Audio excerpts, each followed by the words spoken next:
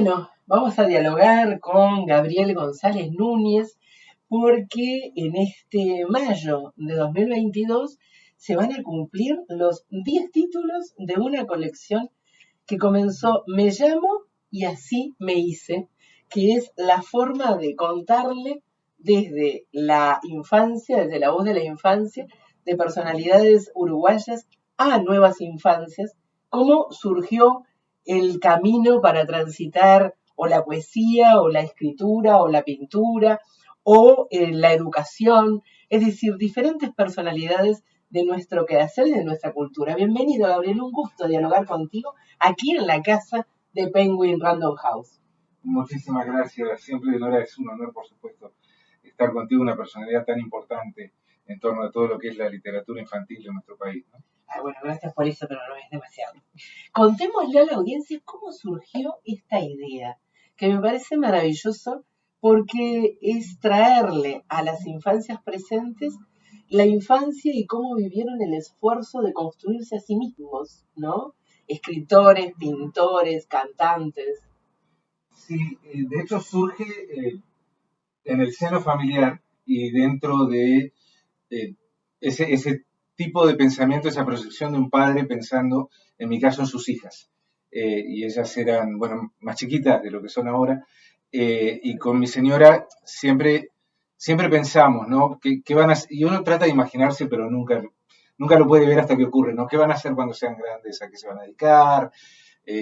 Incluso si uno piensa muy lejos, ay, los nietos, los bisnietos, ¿no? Pero esa proyección hacia adelante y también entendemos de que el niño, nuestras hijas, cuando esto estaba siendo carburado, digamos, necesitan a alguien que les dé una meta, alguien a quien emular, alguien que les diga, estas son las posibilidades.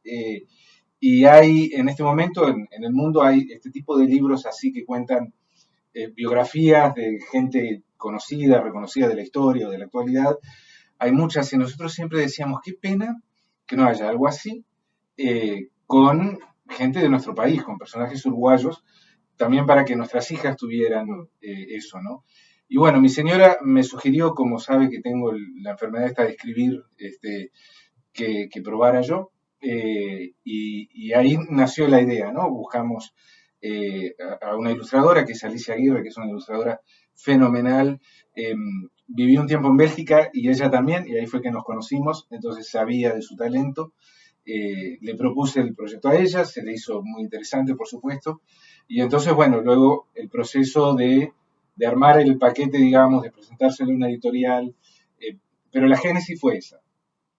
Además, una génesis que ustedes no están viendo aquí, pero tenemos desplegados en esta mesa cada uno de los títulos que han transitado por José Pedro, Paulina, Pedro, China, Clemente, Lágrima, José Artigas, Juana de Ibarburú, es decir, y que se completa con Horacio Quiroga y con Petrona Viera, ¿no?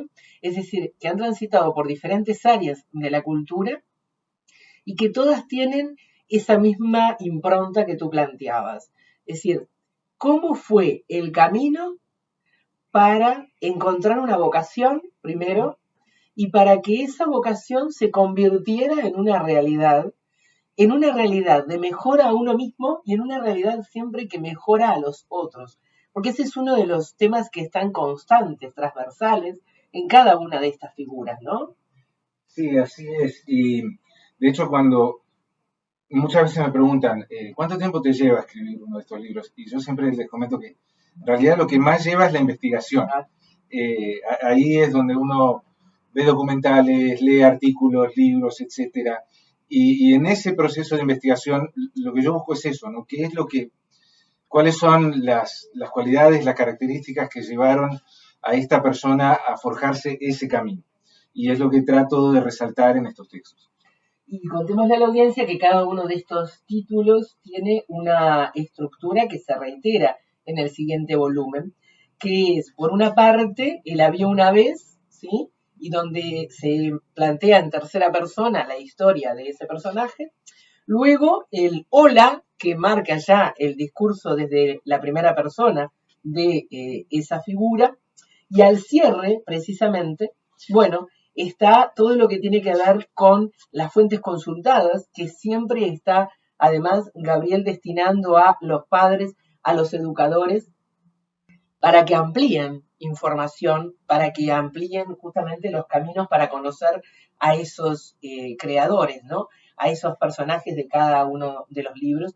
Y al final la ficha bibliográfica del autor y de la ilustradora. Siempre una misma estructura, lo cual permite que en esa estructura el que tiene la colección ya se estructure, valga la redundancia, como lector y sabe lo que viene, pero a pesar de eso, siempre hay un giro, hay una vuelta de tuerca, o lo es por la ilustración, o lo es por cómo se encamina el discurso en la primera persona, y siempre es un disfrute encontrarnos con un ser y una historia distinta, ¿no?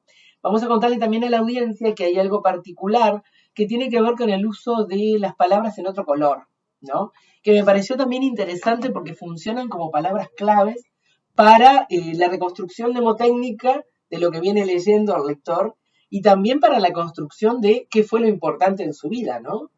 Sí, así es. Entonces, el libro, claro, es un relato y buscamos cierta transparencia también al incluir las fuentes, para que se vea desde dónde se construye, pero también para que sirva como un punto de partida, para quien quiera indagar más, si a algún niño a lo mejor le interesa saber un poco más de esto otro, papá, mamá, tal cosa, que el referente pueda decirle o buscar, si quieres, información adicional. Y todo gira un poco en torno a eso, ¿no? O sea, el libro tiene una función didáctica, sin querer decirle al niño, esto es lo que tenés que hacer o esto es lo que tenés que pensar, que puedan tener modelos o ejemplos o que puedan ver caminos. Y entonces, sí, por ejemplo, lo de las palabras sirve para resaltar ciertas cosas y algo que a mí, como lo mencionaste, que me encanta son las ilustraciones, porque además Alicia, claro, nosotros trabajamos muy de cerca, obviamente, incluso en el proceso de la escritura, ella me dice, me enteré de tal dato, tal cosa, o me manda algún enlace, o me recomienda algún libro, y yo si encuentro alguna imagen interesante o tengo alguna idea de una ilustración, se lo comento a ella, y una de las cosas que ella creo que trabaja muy bien es que en cada libro trata de renovarse, de emplear alguna técnica que no empleó en los libros anteriores. Entonces, aunque cuando uno los ve claramente hay un mismo estilo, también hay variedad, incluso en las paletas de colores, etc. Exacto. Las paletas de colores cambian, los estilos cambian, y si te parece nos empezamos a adentrar en los dos últimos que estarás presentando el próximo viernes 3 de junio, aquí en el marco de la 20ª Feria del Libro Infantil, Así es. en la Intendencia de Montevideo. Y aquí en el de Petrona Viera me encantó porque ¿te diste cuenta que le das voz a quien no tenía voz? Porque es fuerte, ¿eh? Sí, y era una de las cosas que yo buscaba. De hecho, a mí me encanta Petrona Viera, siempre me ha gustado. No sé decir cuándo fue la primera vez que vi un cuadro de ella, pero como que ha estado siempre presente, ¿no? Y entonces, incluso desde que planteamos los primeros títulos en la colección, armamos una lista de personalidades interesantes y yo puse a Petrona Viera ahí desde el primer día porque se me hace una figura fascinante y me encantan sus cuadros. Ahora, también el hecho de que ella fuera sorda, para mí representa algo muy especial, una oportunidad especial, claro. Porque además es una forma de abrir una ventana o una puerta para los oyentes hacia el mundo de los sordos. Y es algo que procuré hacer con muchísimo cuidado, porque yo oigo, entonces tengo que tener cuidado, y entonces ahí la parte de la investigación, de ver videos sobre la comunidad sorda, de tratar de entender sus perspectivas, de tratar de entender cómo puede sentir la vida la persona que no escucha, y plasmar de algún modo, dentro de mis limitaciones, eso y abrir esa puerta, ¿no? Y justamente la figura de Petrona te trae dos niveles en la historia que están bien claros. Uno que tiene que ver con cómo ella va descubriendo su vocación por la pintura, pero al mismo tiempo nos contás cómo fue el tratamiento de la discapacidad en otros momentos de nuestra historia nacional, ¿no? Y es decir, y eso está constante, el ir hacia atrás, hacia la historia nacional, en cada uno de los volúmenes, pero en este tiene un plus bien significativo porque nos pones en situación de empática, de ver cómo era considerada la discapacidad, ¿no? Ese forzarle, querer que tengan que hablar cuando no pueden, ¿no? Y esa exclusión de la que formó parte. Me pareció que esos dos elementos van conjugados, ¿no? El descubrir su vocación artística, pero a su vez, a través de ella, entender al que lleva adelante una discapacidad y cómo el entorno puede ser totalmente excluyente frente a ello, ¿no? Sí, y era una de las cosas que yo procuré transmitir, ¿no? Todas las dificultades adicionales que enfrentó ella, siendo muy consciente además de que ella contaba con una serie de ventajas por Exacto. ser hija de un presidente de la República, de una familia de abolengo, pudiente, que precisamente en esa época le abrió el mundo de la pintura, si no hubiera sido muy difícil que hubiera podido entrar en él.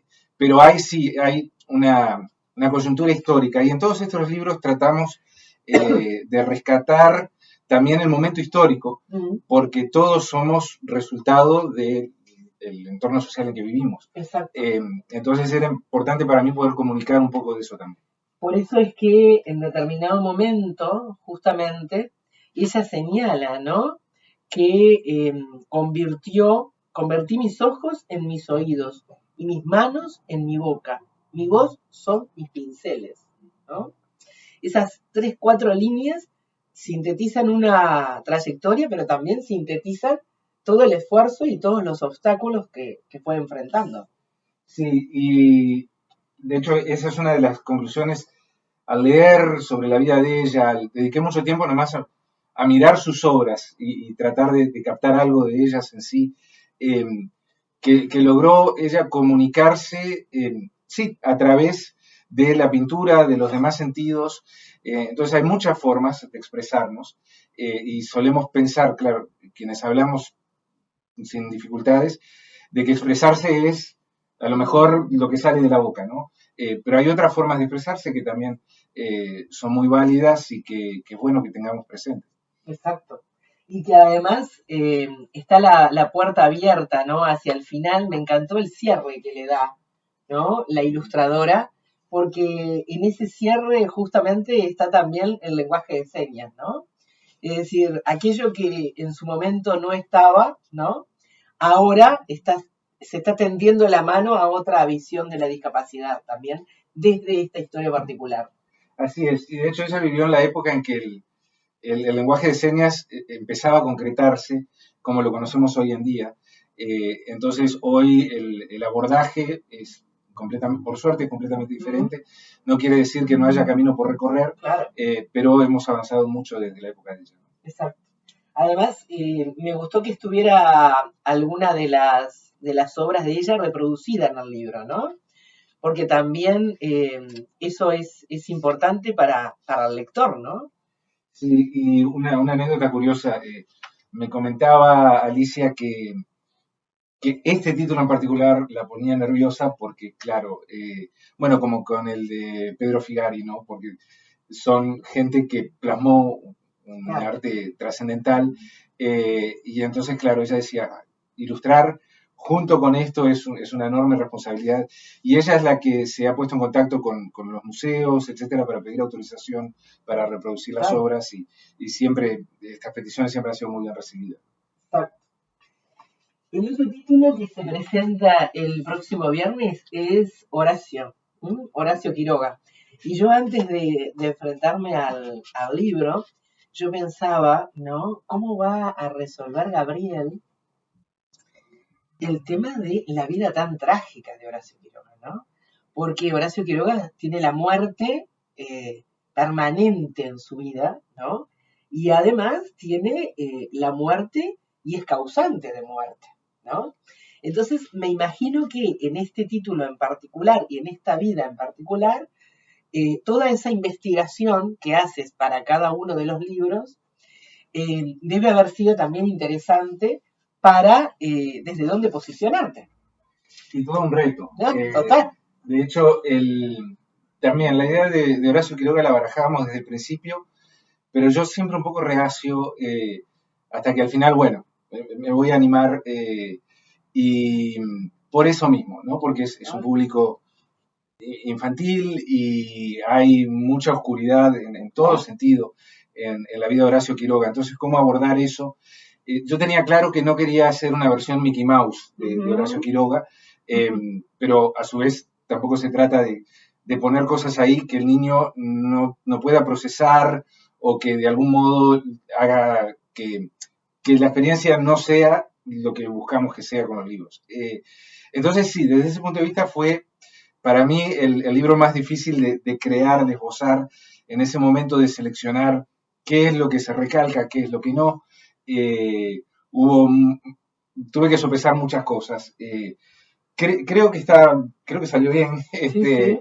y fue una de las cosas también que conversamos con la ilustradora, por eso la paleta de colores también aquí es más oscura, sí, es más bien de marrones y grises, porque eso está presente en la vida de él. Ahora, no es, claro, a nosotros como adultos nos llama mucho la atención eso, pero también lo que descubrí es que no es lo único que fue la vida de él. Claro. O sea, él quiso ser, de hecho tenía un espíritu emprendedor, siempre, como que siempre estaba buscando algo, en su vida siempre estaba buscando algo, probando algo diferente, yendo de aquí para allá, siempre cierta disconformidad, entonces traté de plasmar eso también. Exacto.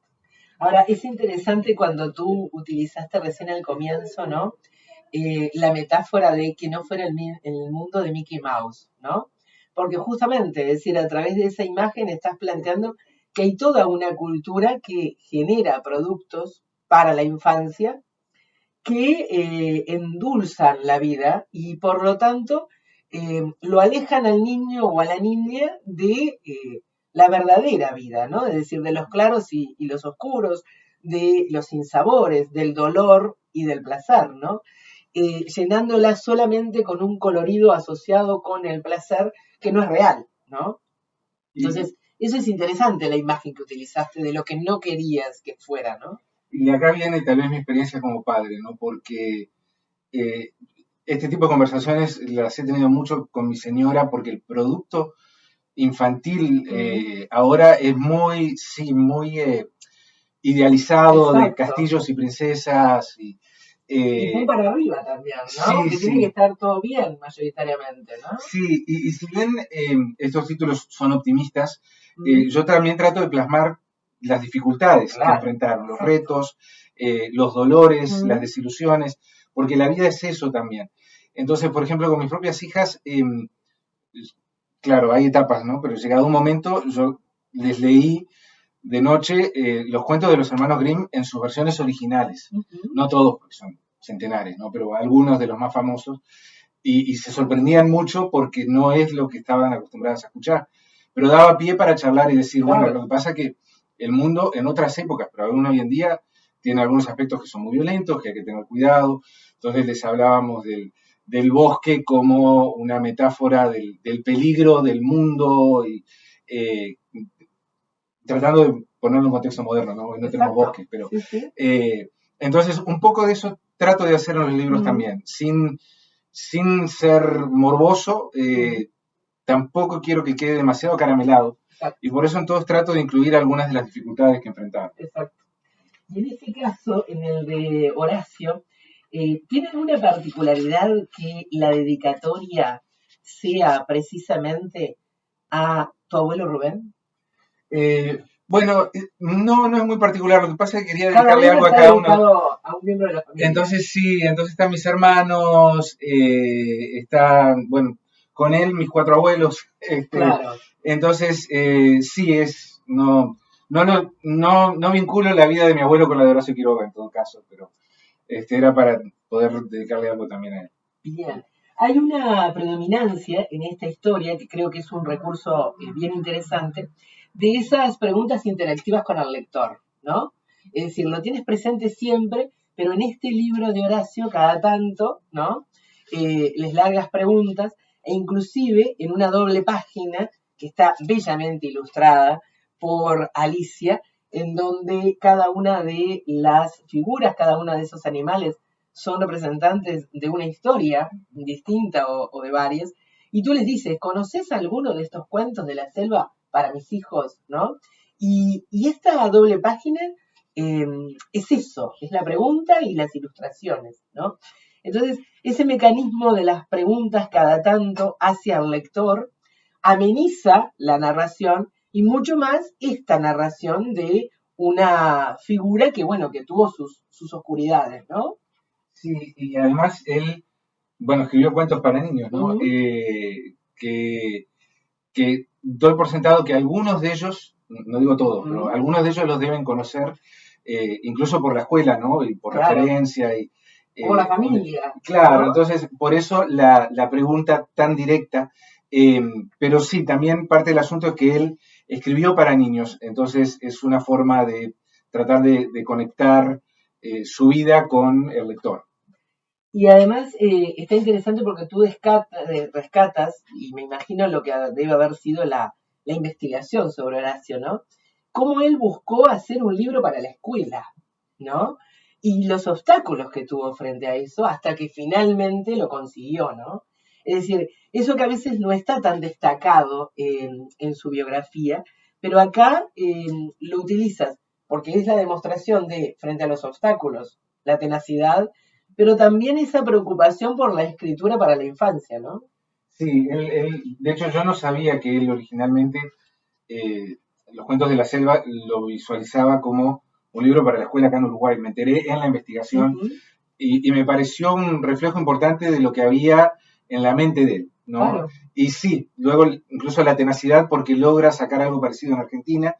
Entonces también a veces en la vida tenemos objetivos y no sale como queremos, pero si insistimos algo sale. exacto, Y es un buen ejemplo de ese, ¿no? tal cual. Además, en ese trayecto, ¿no? Yo creo que las ilustraciones de Alicia acompañan precisamente esa tenacidad, ¿no?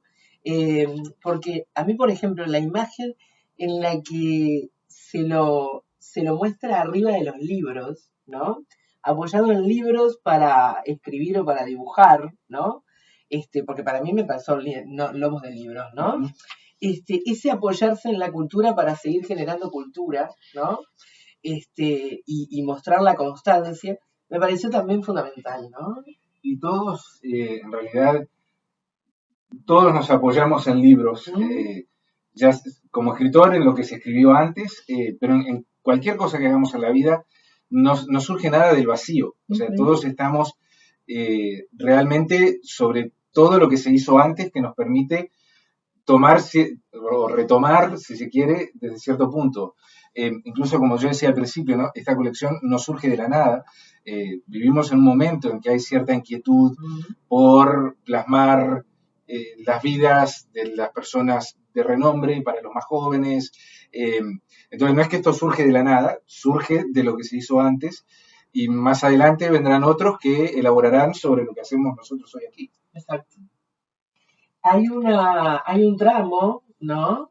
Que tú decías hoy al comienzo, tiene una paleta de colores quizás más oscura, este volumen de Horacio, y hay una doble página en la que hay tres situaciones bien distintas de vivencia y uno puede ir desde aquí a otros libros de Quiroga, ¿no?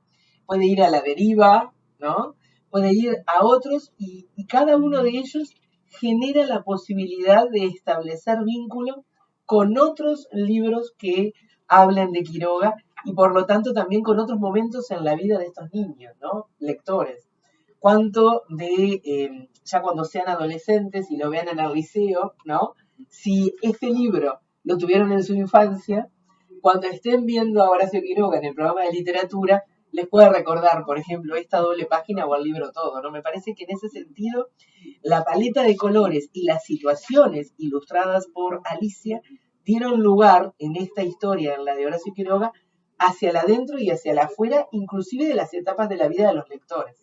Sí, y de hecho, una de las cosas que también me llamó la atención al investigar ya a fondo la vida de Horacio Quiroga no esos breves resúmenes que salen al principio de los libros, ¿no? Es cuánto de autobiográfico hay en, principalmente los cuentos de él, aunque no escribió solo cuentos.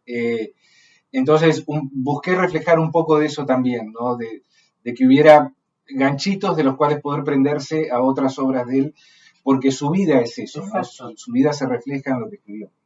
Y además me encanta hacia el final, ¿no? Que además cada historia en primera persona se cierra con el hasta siempre, ¿no?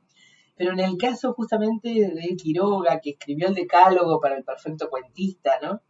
Tú tomas algunas expresiones fundamentales que tienen que ver con leer, escribir, observar, formar tus ideas, descubrir, ¿no?